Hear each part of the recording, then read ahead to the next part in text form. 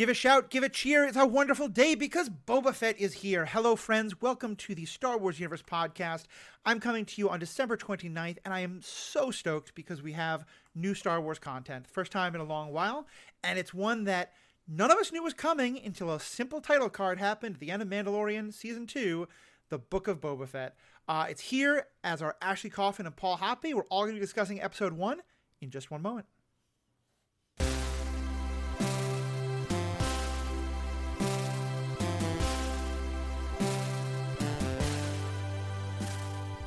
Welcome back. I'm Matthew, your host. As I said, I'm joined by Paul and Ashley. The two of you, how's it going? How are we doing post-holidays, almost New Year, and in the era of Boba Fett?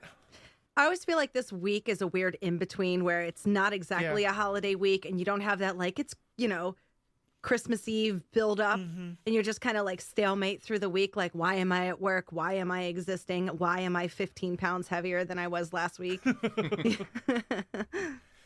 Yeah, no, I hear that.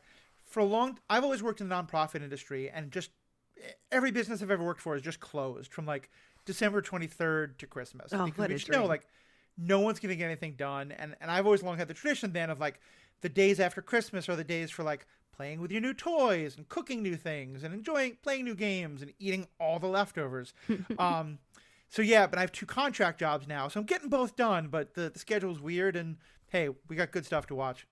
Yeah, what a gift. Yeah. This has always been a great time of year to play poker. So, Oh, yeah. I don't know. I don't really take this time off, and Yeah. I also often have I start plotting my new year. My what am I going to do next year? What am I going to do in January? Try to round up some energy and focus it in a direction, and So. I want to say a quick thing on that note, by the way, and then we will jump into the show. I'm doing the same thing, especially with these podcasts, trying to figure out what direction we're going to go with guest stuff, different topics, what things we're going to focus on, how we're going to possibly rebuild the Patreon, if that might be a thing. And fans would love your feedback. If you take a moment, go to the website, theethicalpanda.com, and click on the fan survey button. It says fan survey. We want to hear from you. Take a few moments, fill out the form. It's a great way to let me know, let all of us know, what do you love about the shows? What do you not like? What do you focus on? What do you not focus on? Help me to make the content that keeps you coming back, and that maybe will keep your friends coming back. So please take a moment to do that when you get a chance. Theethicalpanda.com fan survey. Now let's get to the good part. Chapter 1 of the book has been written, has been delivered. What'd y'all think? I liked it. It was a lot of fun. It was like tied up in a neat little bow. It was short, but I like what they're doing without being too spoilery. Yeah, that's pretty much exactly where I am. I liked it. I liked it a lot. I didn't love it I need to see the next episode. But I was just I'm enjoying this. I don't have any big complaints. And to be honest, Boba Fett's one of those characters that's been this kind of cult favorite that to some extent I kind of never super got. I was okay, he's a bounty hunter with Mandalorian battle armor. Cool. And then, seeing him in The Mandalorian, spoilers for The Mandalorian, probably seen it. And then seeing him team up with Fennec, I was interested. But then seeing that Robert Rodriguez was the showrunner, that's when I was all right, I really want to watch this show. And I feel like it didn't disappoint. I feel like it delivered basically what I expect. Really cool visuals, creative action, and just pretty tight. I actually went back and rewatched the episode where I'm going to call it the Razor Fist gets blown up. I know that's not what it's called, but in the tragedy in The Mandalorian season 2 episode 6, and it's just so tight. It's so so good. There's just no wasted energy. Yeah. And this episode felt a lot like that, but a little more thoughtful, right? Because it's kind of working its way into the story. So yeah, I really enjoyed it. Yeah, I was a big fan. The structure of it made me surprised that no one ever said you have failed this city, because it is. It's totally yeah. It's very much the Arrow thing of half of it's gonna be flashback, half of it's gonna be modern day. And honestly, I want to start with the flashback part because, like you, Paul, I always thought Boba Fett was fine. He was interesting. I didn't quite get the obsession with him. I thought other characters were more interesting. I was Admiral Akbar when I was 8 years old for Halloween, so clearly he was the most interesting character. And like I had wondered, like, what is this show going to be about? What is it going to be exploring? And what they've told me is one of the big things this is going to be exploring is the culture of the Tusken Raiders, of the Sand People, the Tuskens. And once I put that together and realized that wasn't just going to be for the first episode, that was actually going to be a thing we were going to explore, I was so into it. Because we had a little bit of that in Mando where he encountered them, and I was into that. And I've talked for a while that I hope the Kenobi show was going to do that because they're a big part of the Kenobi book, which isn't canon. It seems like we're getting it here, and I just am really loving it. What do you all think about the way we kind of spent so much time with the Tuskens? I was just really glad I remembered that they were called Tusken Raiders. I messaged Fox earlier, and I was like, a Sarlacc? Yeah. A Tusken Raiders. And then I was not way off with gonorrheas, but I know it's very close to that, and they were adorable. They were. Gamorreans. Damn it. What I guess just got to remember, Gamora is green. So the rhinoceroses that are green are Gamorreans. Yeah. The space orcs. I'm never going to forget. Right? Like, but they were great. Yeah. I really, like, I feel like when we've come back to Tatooine in various things, there's been a very sort of fan service quality of like, oh, look at this thing that we're referencing. Look at that thing that we're referencing. Here, I felt like the show was more like, okay, instead of doing that, what we're going to do is we're going to take those things and we're going to actually develop them, right? Yeah. We're going to give some of these characters personality and like make them characters, right? And I loved when, when Boba was like, no, we're not going to kill them. They were loyal to their previous masters who got killed. And now I'm going to give them the opportunity to show the same kind of loyalty to me. And they did, right? I mean, he gave them the opportunity, and they really stepped up in a pretty important spot. And the Tuskens also, I think I'm very interested in seeing like how they develop their culture and what we learn about them. And maybe the Kenobi series will do that as well, kind of in parallel, right? And so like maybe we'll actually get some depth on some of these, characters who haven't really been much of characters before. They've been flavor of the universe, and now it's like they get to really be a consequential part of it. And I'm here for that. Did you hear the mariachi version of the Cantina song being played? Yes, I have Mexican version of Cantina song written down. And so there was good. mariachi music kind of through all of it. I was very happy really about good. that. Yeah, Rodriguez is going to have his little bit of influence. exactly. And yeah, I loved it. And because you're right, we didn't just go back to, I think we've talked before, as I've talked with some of the others on this podcast, that it's a little frustrating when like every planet, there's one city that has one bar and maybe one, like, and now we're at Mos Espa, which is, as far as from what I'm reading, is mentioned a good deal in legends and in some of the books and like references and stuff like that, but hasn't been discussed on screen before in Star Wars. Like, this is a new part of Tatooine that we are encountering. See, I didn't catch. So okay. So after that guy came in who was like the steward of the mayor, because mayors need stewards. Yeah, the major domo or something. They went to that guy's town, which is Mouse Spa. Mos Eisley is the one they go to in the original movies. So it's the Mos Eisley spaceport. Gotcha. Mos Espa is this city which has like been mentioned in like like the reference book to Tatooine and like some of the novels. That's so cool. But yeah, no, and it was nice getting to see like there's some real civilization in this part of because one thing I was wondering is like we've never seen what Tatooine is like. I don't quite understand how there's enough people to like where do all these people come from at the pod races, you know? Like I also really enjoyed like I don't know whether this is what the moisture farming is, but like the little pods with water in them. Where the hell did those I didn't realize. Yeah, those are just like under the sand or whatever. But that's like convenient. The first time, but the first time we're in Tatooine is like the Uncle Owen and Aunt Beru's moisture farm, right? Right. Like so, it's like is this what you're farming? These things? I don't know, but it's like just the idea of moisture being really important in like the desert. Where did Right. those come from? I don't You know. know? They're just like underground. Little- Like I think they're plants that have a lot of water in them. Oh, they were supposed to. Okay, because I'm looking at those balls and I'm like, are they plants? Are they cement? Like, what the hell is this? Yeah. Does Like, I thought they were like some like abandoned snail shells or something like Okay. that. Some kind of like something like from underground creatures of some kind. Hmm. But yeah, just on the Tuscans a little bit more. It's funny that we call them Tuscan Raiders because that's how, like, to me, Right. that's such an important sentence of like, or important phrase, because it's, to most of the characters we've met, they only know about these people in terms of like the ones who go out on raids. Mm-hmm.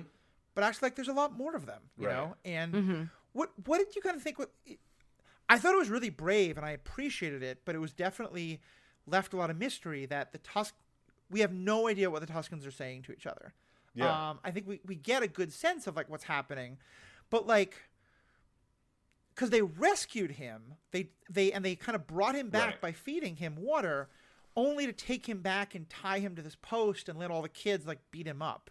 Yeah. Is it like kind of like finding a slave? Is it like they're treating him like an animal? What do you think was going on there?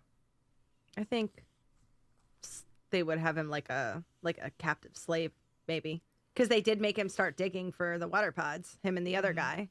Yeah, which I mean is often it does when you say like treat him like an animal like that. I was gonna say, treat him the way people treat animals, though they very much should not. Right, yeah, no, Right. Yeah. totally. But like, yes, I do feel like that's particularly because I did feel like there was some sort of affection shown towards him by some of the Tuscans, right? But then Right. also an abuse and well, you're here for this purpose, you know? Like, I do think people often have some, you know,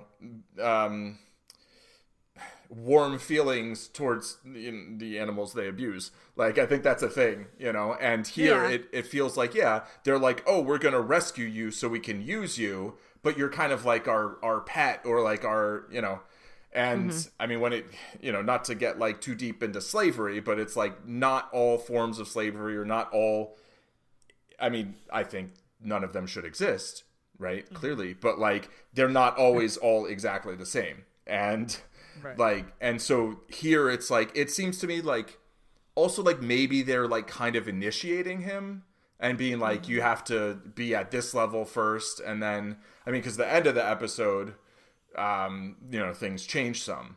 And Right. was that like this weird outlier, or was there always kind of a possibility for, I mean, do we know what the Tuscans look like? Like those are masks, right? That they're wearing? They're masks. I was really wondering about this. Yeah, because I'm wondering, like, can a human become a Tuscan? Right. And the vocalizations they make are so different that I think we're supposed to think they are a different race and have like different vocal cords, like that. It's Like a different human being- species. Yeah, exactly. The source that I know best is from the Kenobi novel, which is not Right, canon, right. to be clear, but they've been bringing in a lot. One thing they say there is that, like, as part of a rite of passage, kind of like the Tuscan bar of bat mitzvah, like when you become a man or a woman, or you become an adult in the community, you put on your wrappings, and there's a sacredness to them, and you never take them off. So they're like Boba Fett's. What are they? Mandalorians? Mandalorian. In They're their like- own way. Right, but that they're also kind of like bound. They like They let- attach to the skin in some way. Like there's something. Right. You literally don't take them off. It's not just like you don't take them off in front of people. Like you Right, just, exactly. Yeah. It looks like breathing tubes, right? Yeah, there's Yeah, some something like and that. definitely a way to like get water in. A little Dune-ish, right? Yeah. A little, Oh, man. little bit. Well, spice. Yeah, but I'll be very curious. I am looking forward to them revealing a lot about that. I don't know if that's going to be because he's going to learn their language enough that we're going to start understanding what they're saying. Right. Because, like, Could anyone Din understand was them? talking to Did them. Obo? Right, Obo- Din? Mando did, right? Yeah. Yeah. He actually communicated with them, right? So whether any human can make those sounds, maybe. I mean, it doesn't sound to me like sounds that couldn't be made by human vocal cords. You know, Right. it's just not the phonemes that are used on Earth that I've heard of, right? I mean, obviously there's a Right. lot of different languages on Earth. Paul, but give us an example. Speak in Tuscan. I got to learn some first. Is that what it is? It's like, sounds like a walrus. I can't remember it to try to do it. But so I think we didn't see none of their speech was translated so that we would kind of relate more to Boba, right? Yeah, and if Boba gradually understands what they're speaking, I wouldn't be surprised if we do start to get subtitles. Although Star Wars has always had this, like, sometimes it's not translated, right? And there can even be a whole conversation between, like, Han and Greedo, right? I mean, two of the main characters, R2-D2 and Chewbacca, neither one has ever said a word in English or had a thing they've said be transliterated. What? Well, it wasn't in The Force Awakens. Doesn't Chewie like say something intelligible, and it's horrible and ruins everything? I don't think so. Oh yes, he does to Yoda. Yeah. It's so what did bad. he say? I don't remember. It's just something like "Thank you, Yoda, for defending our planet." There's something. Oh, in it's the in Force the Awakens? that must be the Clone Wars then. Yeah. Something somewhere Chewie says something that sounds intelligible, and it's like, what's going on here? What world are we in? Yeah, he sounds like. Right. That's it. Yeah. I thought what he said is. I thought it's just that it's translated. Oh, maybe. Yeah, I could be wrong. Anyway. But yeah, they had a bear make those sounds, right, for Chewie. Yeah. Chewie was voiced by a bear. Were they drowning a bear? Like, I don't understand. I think it was like three. I think it was like mixing three different animal sounds together. Brown, black, and Alaskan bear. I just remember when the bear died, and it was sad. Okay. Speaking of such things, though, I was glad we got introduced to this mastiff. A mastiff, I think it's called. I was like, is that like a dog mastiff? Like, was that a joke? I think it's a dog on Tatooine, and I was really glad that Boba Fett didn't kill it. Yeah, me too. They had a fight, but now like they're kind of buddy. My notes say, Paul, he only knocked it out. Chill. I was happy about that. I appreciated that. And so, what do you think happened at the end of the Tusken storyline? Like, so Star Wars loves its big monsters. Mm-hmm. I could really be happy to skip those, but fine. It gave us a way for Boba to rescue this young Tusken kid. Right. And then they come back, and it seems like the Tusken's basically just telling them that he did it, because like he's getting all the like. He's like, oh yeah, I totally killed this giant. But then the older Tusken, Boba's not in chains anymore, right. and the older Tusken kind of like hands him one of the stones of water. Yeah, he's like, you get some water. What I took is that at least they understand that he did some of it, and he has now he's leveled up. Yeah, to right. some extent. For like, sure. He's not going to get chained up to the post again. Yes. Yeah. Which is, it's a nice, it's a cute little moving forward of the story. So right. I'm very excited. I was really excited to see the beginning and like him with the Sarlacc and like how he got out of there. Right. Oh, yeah. And with the burns all over him from setting off his own thing. Oh yeah. He does not look good early on. No, he. And let's talk about that. So, because that I think was one of our biggest mysteries before. It was like, okay, it's glad he's back, but how did he get out of the Sarlacc? Right. What did you think of the way that part of the story was told? They did it enough for me to believe it. I was like, okay, cool. Yeah, I felt like it wasn't belabored, but it was like it was shown to be a struggle, but that he was being creative. I liked that there was a partially digested stormtrooper in there. He used his air. Yeah, right, exactly. That's like, okay, yeah. That's how you get more time. That there were the consequences of what he did. He just didn't get out okay. Like, he looks horribly burned all over his chest. Like, besides the sunburn, which looked bad. Right, exactly. And it makes sense that, like, I was like, well, how does somebody get his arm? Like, if he busts out of the Sarlacc and he's just, like, fine, like, how does he lose his armor? It's like, no, he barely dragged himself out of the Sarlacc. Yeah. And then, he got basically left for dead and, looted by the Jawas. So yeah, as usual, Jawas are a bunch of assholes. They love to loot Mandalorian stuff. They really do. Yeah, no, I thought they did a really good job of kind of answering that question. They didn't go so deep into it. They didn't have to. But they told us enough we needed to know. The one thing I was not sure of is it certainly seems like the Sarlacc is dead when he climbs out. Did it get killed at the end of the battle on Tatooine or Return of the Jedi, or is it just like a person violently exiting your digestive system will cause the death of the Sarlacc with flames and fury?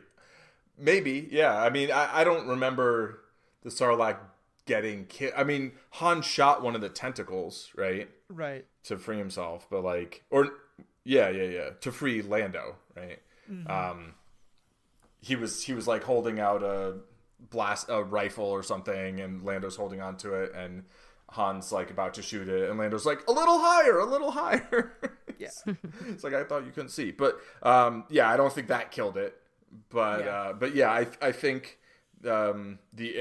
severe indigestion would be the minimum that, very, very spicy food there from I think it Boba counts Fett. as an ulcer. Yes. All right. Anything else about kind of the back in the day part of the story, or should we get to the modern day for this show at least? I really enjoyed the armoring up scene.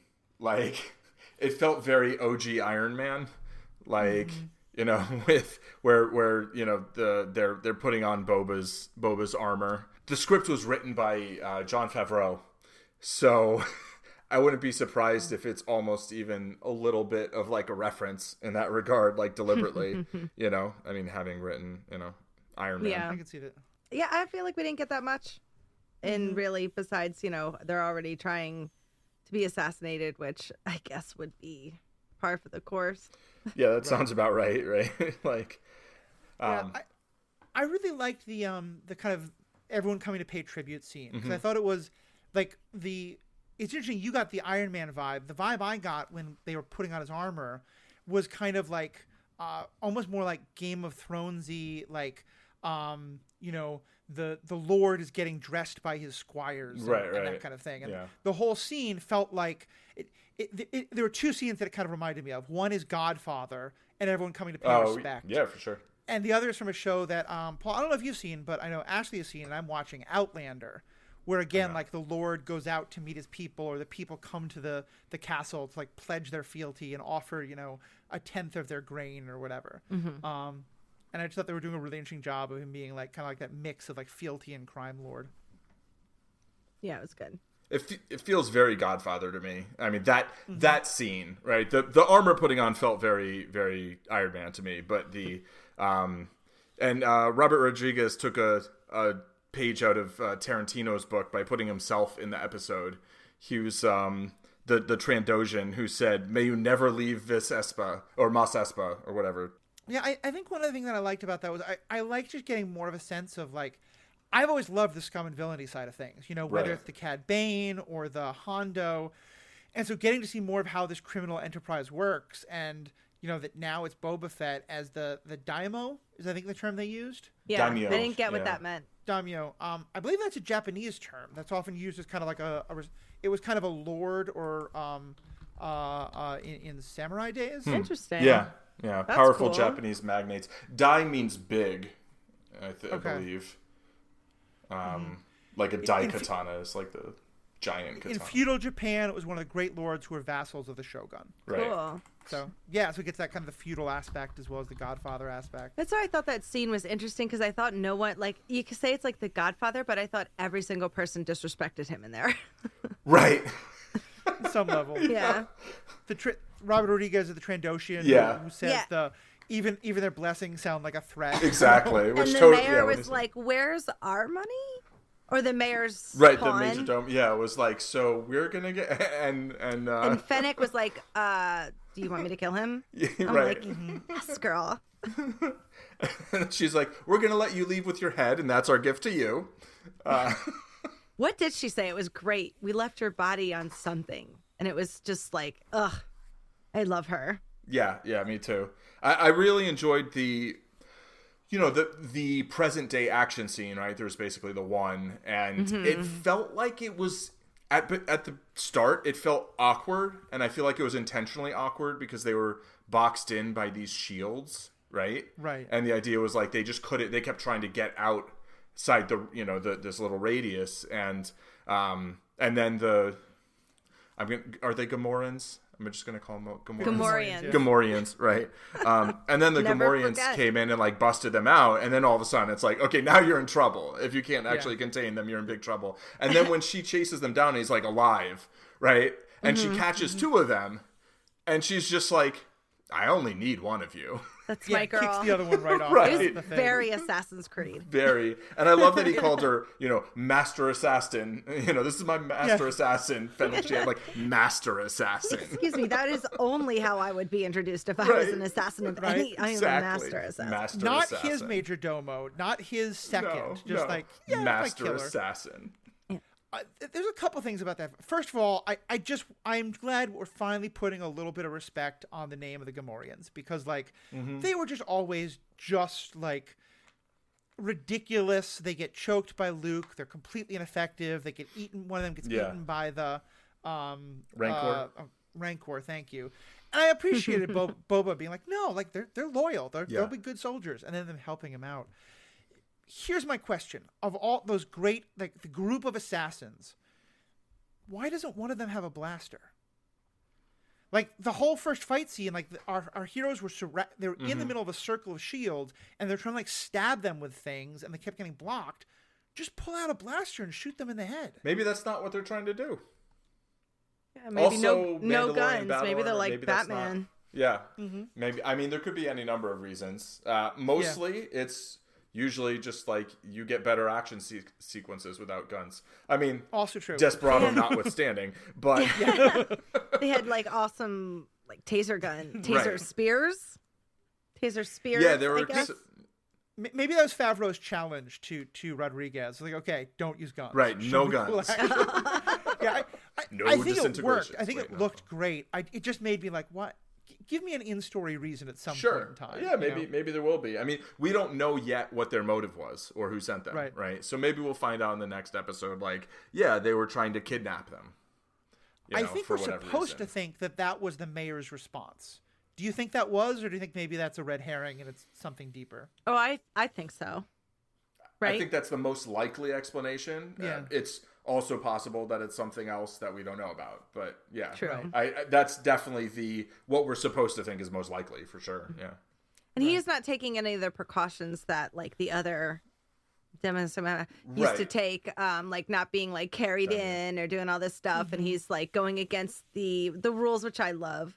And I loved the joke about how Fennec was underpaid as a woman when they got their helmets back. Right. But I thought that was cute too. Let us shine your helmets means fill it with money. Right. Exactly. Okay. Those Jawas were in the right place at the right time. I'll say. I just need to point something out. So the woman who ran the kind of like brothel bar place that they were at, where they filled the helmets, the character's name is Garza Fwip, the actress is Jennifer Beals, who looked amazing. She is the star of Flashdance. Oh wow! If any of you remember that, Oh, it was a absolutely. very important movie for boys of my generation. If you haven't watched it, Really? Yeah. Small Yeah. town girl on a Saturday night. I've heard the songs. a maniac. A lot. But that song is so perfect for you, Ashley. I know. But yeah, and I think she's like 56 is the actress's age right now. And She just looks. Fabulous. She did. I really hope we're gonna get more of that character. So that she's seems like a lot of fun. She's about Ming-Na Wen's age then. Yeah. Oh wow. I mean, who else looks very good? I didn't know how much I was going to enjoy like a all flesh tone Twi'lek. I've never seen. Usually they're right. blue or orange, and she was just like natural beige. Yeah, I thought it was interesting that like often Twi'leks are presented as having thick accents of some kind or another, and she didn't seem to have much of an accent. But also the major domo of the mayor was he also Yes. I think he was the same race as Bib Fortuna, Right. who. Oh, he wasn't a Twi'lek? Oh, Bib Fortuna's not. I didn't think she had the things, but I'm not the one to ask. Yeah. Oh, wait, you thought? Oh, yeah, Big Fortuna. I thought the mayor's Yeah. Okay. Bib Fortuna is a Twi'lek as well. So yeah, I think Okay. these people are all Twi'leks. Okay. cool. Makes sense. There's a lot of Twi'leks on, but yeah, it was Yeah. interesting that the major domo had no accent whatsoever. Yeah. But cool character. I'll say that I like that this is I think it's cool that they make an action series where the two stars are like 61 and 58. I know. Yeah. I feel like you don't get a lot of that in Hollywood. I had just done that interview with Zach Garrett from the Occupation movies, and they filmed those in Australia, and Tamara's in it. And he, he has a scene where Tamara threatens him for like sleeping with his daughter. And I was like, what was it like to get threatened by Tamara? And he was like, and they were there when he got the call that they were doing Boba Fett. Really? Wow. And he was like, awesome. I just got this other Star Wars thing. I got to go leave right after this. Like, just, I got to go do this. And I'm just like, oh my God. And everybody else, like Zach included, were losing their minds because they were so excited. He's like, you can't tell anybody. Because he just told them. Right. That was so That's awesome. hilarious. I was like, wow, what a thing to have to hold in. Right. Because it wasn't like that actor's been doing stuff for the last 25, or certainly not connected to Star Wars. He had just come from doing The Mandalorian and was filming Occupation in Sydney or wherever they were doing it, and got the call that they were going to do another show, and that when he was done there, he had to go right to Marvel Studios and or Marvel Studios, listen to me, Disney, and get started. And I was like, good for you for keeping that secret. I would have told everybody I know. Book of Boba Fett. Yeah, I mean, he's been doing stuff. He just hasn't been doing Star Wars stuff, right? Since like Revenge of the Sith or whatever. Yeah, besides Mandalorian, I guess. Yeah, right. I meant between those, right? But, yeah. The one other thing I thought was interesting was, during that whole fight scene, like this is not like just Mos Eisley, run down. This is a big city. This is like an urban area. Right. And yet there was no sort of like police or security force that came to interfere with the fight, which to me tells me either A, the mayor's control is somewhat loose, or B, the mayor was completely aware that this was happening, and if either wasn't causing it, was certainly happy not having any of his security forces try to stop it. Right. Yeah. I mean, I do think it's probably the mayor, but like also it does seem like the sort of place where maybe it's a big city, but maybe there's not that much in the way of policing. Maybe it's a more like you shoot someone. It's Tatooine. I mean, having seen that apparently the New York Police Department can't find their way to Rockefeller Center. No, that's a whole nother thing. Shooter firing at 30 Rock. Let's see what happens. Yeah. So it is also true that like you said, like police showing up also ruins a cool fight scene. So maybe that's part of why it didn't happen. But although here I find it much more credible because the scum and villainy and all that. Maybe they were just like, we're not dealing with this shit no more. We're not dealing with this anymore. Right. So we're just going to stand back and let y'all finish it, and then we'll arrest whoever's left. No, one other thing I'm not clear on. We saw that back in the day, he got very badly burned, and he was like totally in a bad state. In the modern day, he needs to keep going back into this back to tent on a fairly regular basis. One result of which is that he has to keep taking his shirt off, which I am not complaining about in the slightest. He looks Daddy. very good for a man of his age. Yes, exactly. But was he injured badly in Mando season 2 and I'm forgetting? Or is this that like the burns have never healed, so he's had to always do this, and he was maybe doing it during Mando season 2, we just didn't see? What do you think is happening there? I don't remember him getting injured in Mando. Yeah, I think he pretty much made it out clean in Mando, right? Like, fought with the armor on in episode 6. I don't think he did that much in episode 7. And then in episode 8, like, he basically flew in with the ship and then flew out, right? And that was it. So, yeah. Maybe he has to always. Yeah, and maybe it's a progressive thing also where they're just gradually getting better over time. So that's a good question. But maybe it is like he sustained long-term damage and has to like keep, getting regenerated on the regular is how it feels to me. I have a question. When we were in the flashback, those like bullies, not Tusken Raiders, that were beating up like a house like owner in Tatooine that looked kind of like where Luke was. Were they spray painting like Jabba the Hutt symbol on the thing? Is that what it was? J. It was 2 backwards J's. Right. Yeah. And I didn't know what that was. Yeah, someone suggested that might have been Luke's house, but that doesn't make any sense because that house was burnt. I feel like a lot of houses probably look like that. Right. Yeah. That's probably the style. The ticky-tacky, like. Yeah. Yeah, no, I didn't. I think we're definitely going to find out more about what that's about. Okay. I think that's because I didn't recognize those guys, like what species they were, and then I was like, so 2 J's together kind of look like a hut. like an H, like a hut. Right. But I don't know if that's what that was supposed to be. I feel like that was an Easter egg and we just missed it. Is how I feel, because I definitely didn't know what it meant. And not that we missed it happening, but like what it was. Okay. Yeah, I think it could be an Easter egg. What I actually think is that's going to be a big plot point going forward. Like I think that was more one of those like they're dropping a like, hey, here's something to pay attention to. Okay, I just wanted to be sure. Yeah. It definitely felt like it was meaningful. I don't know what it means. I don't know if you guys like knew what it was and just no. I was like, am I supposed to know what that is? That being said, listeners, if that is a reference to something that you know about that we don't, please let us know. Let us know. That'd be a great thing to feed into us about. Anything else? There was a couple of comments from people that I wanted to bring up on Facebook, but anything else you all wanted to get into? I think I'm pretty good. I just have like one note, which is basically like, I liked that Boba asked the Rhodian, do you want me to free you? He didn't just free him. He was just like, do you want me to free you? And he was just like, nah. And then he goes, and then he, I guess he sounded the alarm. I didn't quite catch that part. He totally did. That little snitch. What did he was like, bah, bah, bah, bah, bah, bah, bah, and then they attacked him. So and then later he was like, why did you do that? I was just trying to help you. Yeah. Snitches get torn to pieces by four-armed whatever the hell that was. Beings. Was it just me, or that to me that looked like a 1960s monster movie? Old, like not even the original Japanese like an American-made Godzilla Mothra movie. It was like so clearly someone in a suit. The Greek one, Clash of the Titans, like from back in the day, like those claymation things that used to run around. That's exactly what that reminded me of. Okay, because I was like, if you're gonna make me watch a big monster, like at least make it good. The effects of that just looked so bad. I'm like, what was it doing? It's just sleeping under the just waiting. Yeah, just like chills underground. I don't know. I don't really agree in terms of like looking particularly bad. Like I think it looked like practical effects. I think most things these days look like CGI. And when I look at them, I'm like, that looks like CGI.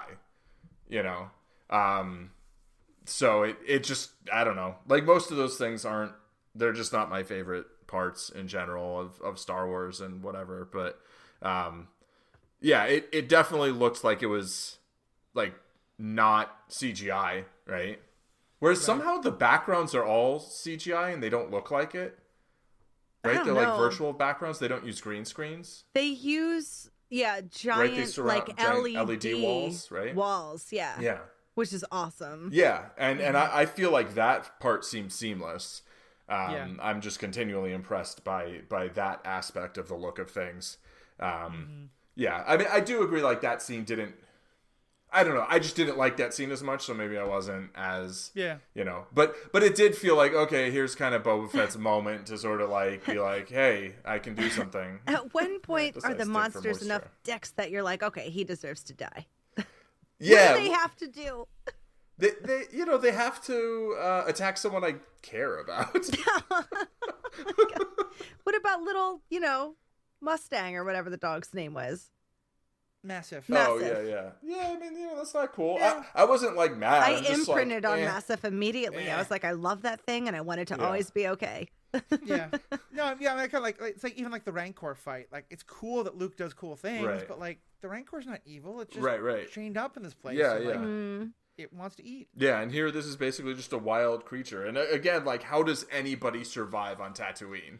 You know what I mean? There's so much under the sand. So much danger. It's another Dune. Like, there's so much problems under the sand, just like Dune. Like, you guys need to leave. Yeah. Yeah. Go to another planet. So just I put up something calling for comments on Facebook. We got a couple comments. And certainly in the future, I'll put those up in advance. Would love to hear your thoughts and feedback. From Zally Middleton, they're talking about a couple things, but what the big thing that we got talking about was that they were expecting more of, or that one of the friends they were watching with was expecting more of a Mando vibe to this show than we got. Oh, they don't know Robert Rodriguez. Well, yeah. Did this feel distinctly different from Mandalorian to you all? Yes, and I want it to. Yes. Yeah. I agree. It feels less like a spin-off and more like a related series. Like, it definitely feels like its own thing. You mentioned Arrow earlier, and the way, we've been covering The Witcher, and The Witcher season 1 had this ridiculous timeline shenanigans, right? Here, this didn't feel like shenanigans. It actually felt logical to me. Like there was a device, which is why we're kind of time hopping a little bit.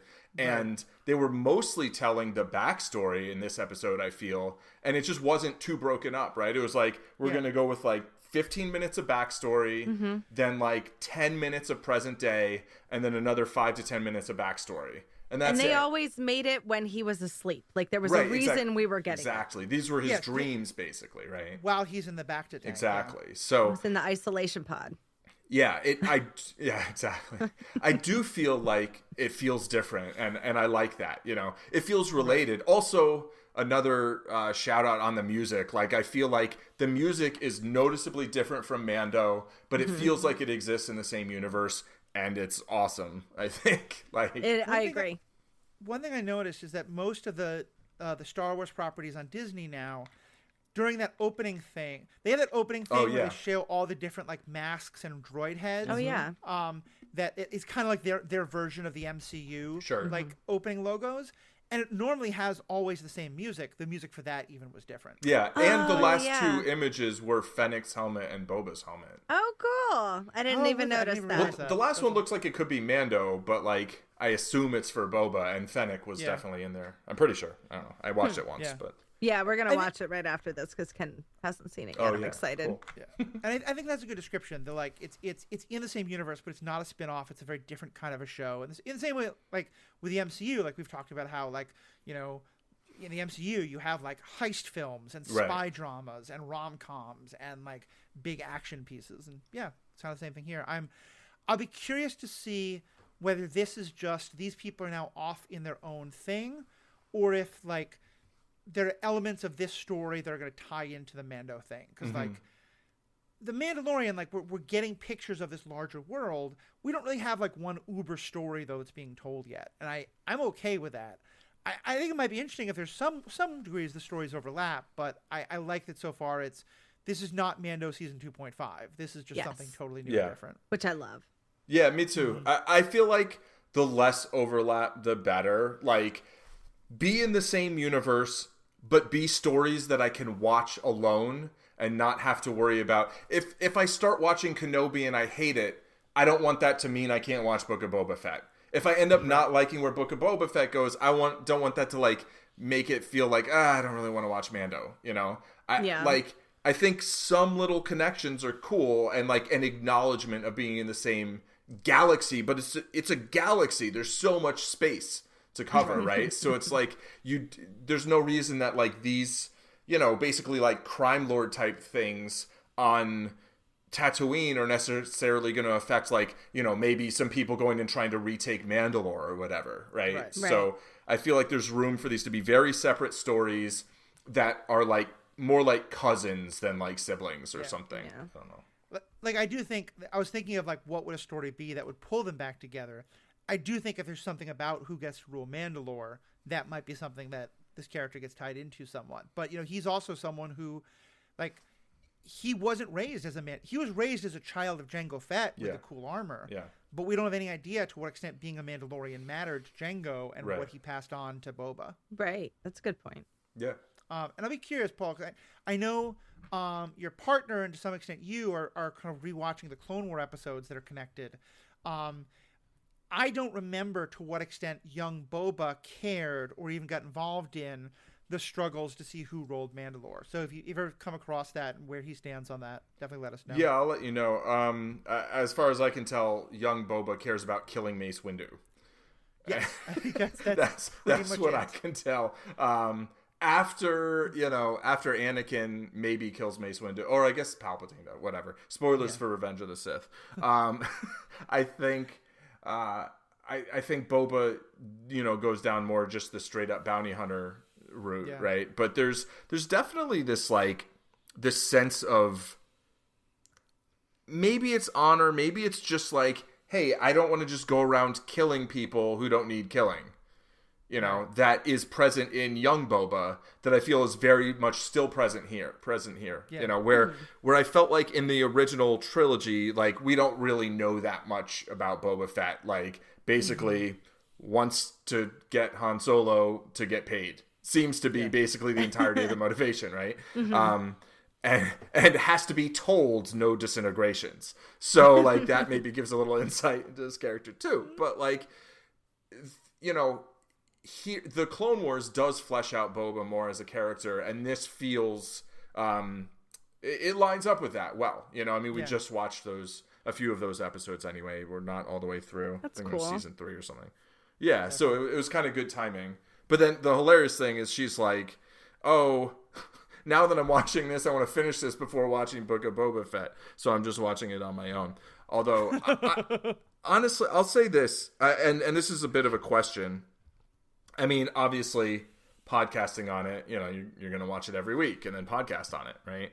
Mm-hmm. But, like, does this feel like a series to you that you feel like you would rather watch an episode at a time? No. Or, like, as, like, a 7-hour movie I would, or 5-hour movie? Because, like, this first episode was good, but I'm like, okay, so we're just done, so, like, and nothing give me kind more of of the story. happened. Yeah, Yeah, I could go yeah. right into another episode. Like, drop them at 2 at a time. Right. Yeah, and it's funny. I think that is true about this show, but then I think also for me that's true about most shows. Yeah. For sure. Matt Carroll and I have argued about this a lot. Like, the whole time, I now generally watch things as they come out just because I want to be part of the conversations. Right. But you know, it drove me crazy with Hawkeye to watch it like 30 minutes at a time. Oh yeah.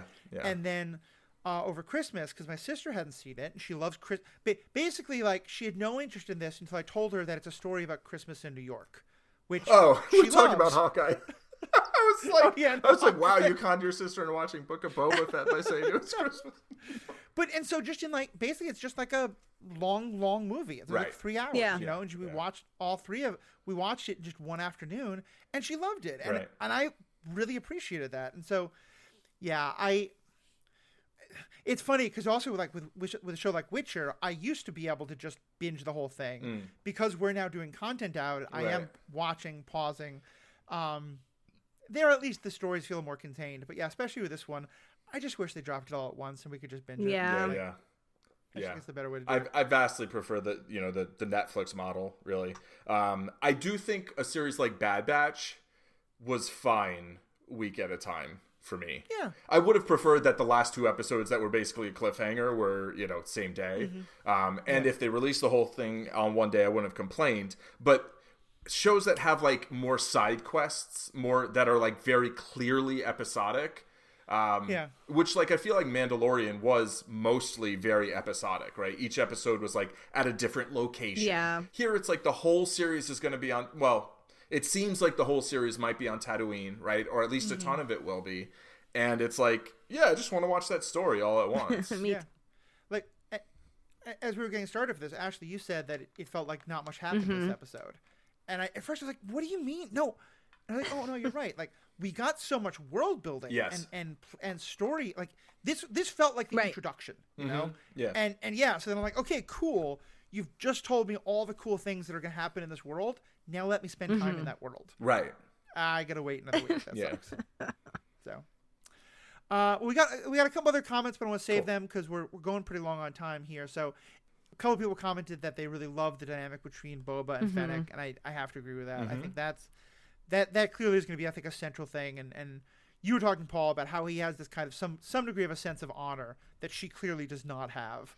And I like that she's the one kind of pushing him to do more of the, like, no, ride on the litter, like, do the things they expect you to do. Right. Kill the people that need killing. I love her. Yeah, that's going to be a fun tension. All right, well, Paul, I know you're spending time trying to figure out what 2022 is going to look like for you.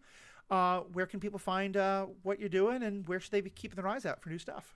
Zen Madman on Zen Madman Poker on YouTube is probably where most of my stuff is going to be. I'm Zen Madman on Twitch and Twitter, and I might do some twitching in the not too distant future. But yeah, mostly I'm making poker content, which isn't like super related to Star Wars. But yeah, that's what I'm doing. Ashley, what about yourself?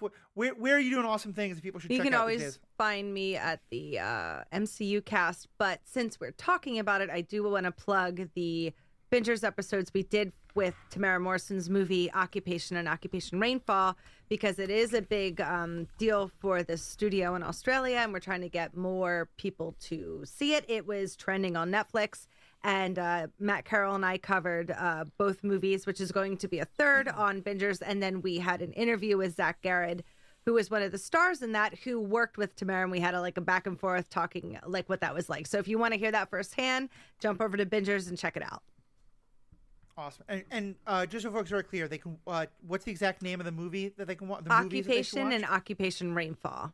Occupation Rainfall is on Netflix, and the other one is on YouTube and Amazon Prime. Awesome. Cool. Thank you so much. And obviously for me, you can hear myself and Ashley and Paul talking about The Witcher. Those episodes are coming out on the Superhero Ethics podcast. We're also going to drop them all on the Pandavision podcast once they're all done. Beyond that, you can check out all those podcasts. You can find out all the information about me by going to theethicalpanda.com. Please fill out that fan survey. On there, you can also find our Facebook, Twitter, email. Let us know what you think of the show. Love to hear fan feedback. Love to get into it next time. Let us know what you're excited about. What are your theories? What do you think is going to happen? What are the characters you're most interested or kind of on? Let us know. Thank you all so much for being a part of this, and have a great day. Bye. May you never leave Mosespa. Walrus. Or what did they sound like?